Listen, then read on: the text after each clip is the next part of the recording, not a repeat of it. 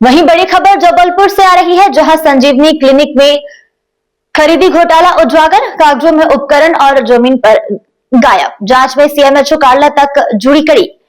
आम जनता को सस्ती और सुलभ स्वास्थ्य सेवाएं देने के उद्देश्य से शुरू किए गए मुख्यमंत्री संजीवनी क्लिनिक पर अब भ्रष्टाचार की भेंट चलते हुए नजर आ रहे हैं। ताजा जांच में सामने आया है कि कई क्लिनिक में कंप्यूटर और अन्य उपकरण की खरीदी सिर्फ कागजों में ही दिखाई दे रही है, जबकि मौके पर उनका कोई भी अस्तित्व नहीं है। हैरानी की बात यह है कि जिन कंप्यूटर की स्थापना ही नहीं हुई है, उनके लिए प्रिंटर तक खरीद लिए गए हैं। प्रारंभिक जांच में करीब 20 क्लिनिक में यह गड़बड़ी सामने आई है, जिसके बाद पूरे जिले में बने 58 क्लिनिकों की जांच के निर्देश दिए गए हैं।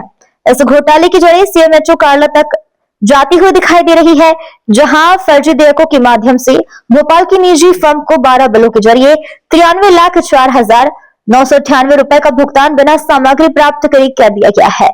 इस मामले में पहले ही सीएमएचओ डॉक्टर संजय मिश्रा को निलंबित किया जा चुका है। वहीं स्टोर कीपर का दायित्व संभाल रहे फार्मासिस्ट नीरज कौरव को भी निलंबित कर दिया गया है, जबकि जिला कार्यक्रम प्रबंधक आदित्य तिवारी और फार्मासिस्ट जवाहर लोधी को सीएमएचओ कार्यालय से हटाकर अन्यतः पदस्थ किया गया है। कलेक्टर राघवेंद्र सिंह द्वारा गठित जांच दल अब संजीवनी क्लिनिकों में खरीदी गई प्रत्येक सामग्री का भौतिक सत्यापन कर रहा है। जांच रिपोर्ट को आगे की कार्रवाई के लिए राष्ट्रीय स्वास्थ्य मिशन भोपाल भेज दिया गया है और दोषी के खिलाफ एफआईआर दर्ज करने की तैयारी चल रही है। इस पूरे मामले ने यह बड़ा सवाल खड़ा कर दिया है कि जनता के स्वास्थ्य के नाम पर चल रही योजनाओं में आखिर कब तक इस तरह का खेल चलता रहेगा। क्या इस बार जिम्मेदारों पर सख्त कार्रवाई हो पाएगी? जबलपुर से रमाकांत दुबे की रिपोर्ट।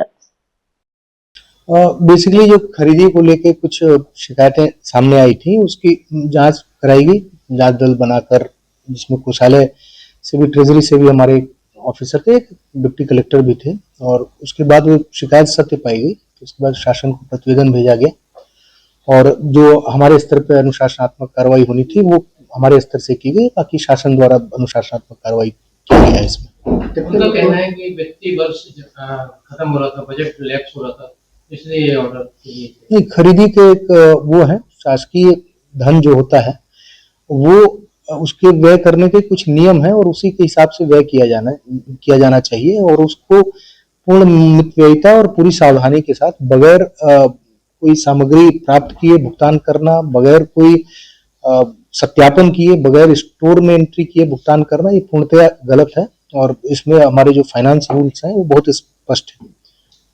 सर, कितने लोग को ऐसा सस्पेंड किया है? इसमें मतलब जो सस्पेंशन की कार्रवाई जो मेरे स्तर से होनी थी, एक स्टोर के थे उनको मैंने कर दिया था। बाकी शासन द्वारा जो संबंधित सीएमएचओ हैं उनको किया गया है। एनएचएम के 2 लोग हैं, उन पर भी कार्रवाई की जा रही है, तो वो एनएचएम से हो रहा है।